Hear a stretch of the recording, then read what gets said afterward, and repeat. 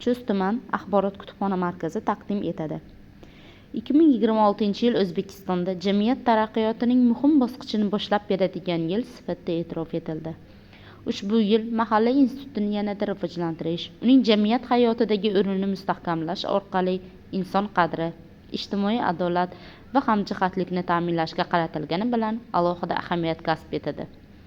Mahalla xalqimizning asrlar davomida shakllangan hayot maktabidir. Prezidentimiz Shavkat Mirziyoyev ta'kidlaganidek, mahalla bu xalq bilan davlat o'rtasidagi eng yaqin va eng ishonchli bo'g'indir. Aynan mahalla orqali inson muammosi eshitiladi, uning dardi va ehtiyoji joyida hal etiladi.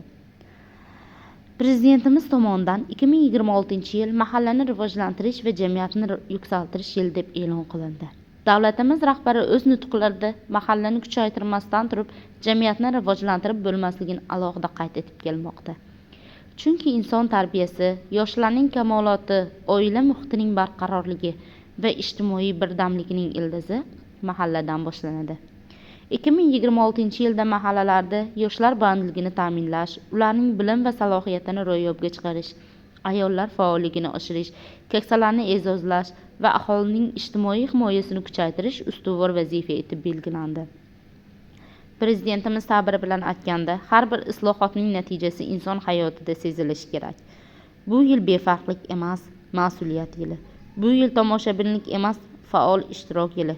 Chunki kuchli mahalla, kuchli jamiyat. Kuchli jamiyat esa yangi O'zbekistonning mustahkam poydevoridir. 2026 yil bu faqat nom emas, bu amaliy harakatlar, aniq maqsadlar va xalq manfaatiga xizmat qiladigan islohotlar yilidir.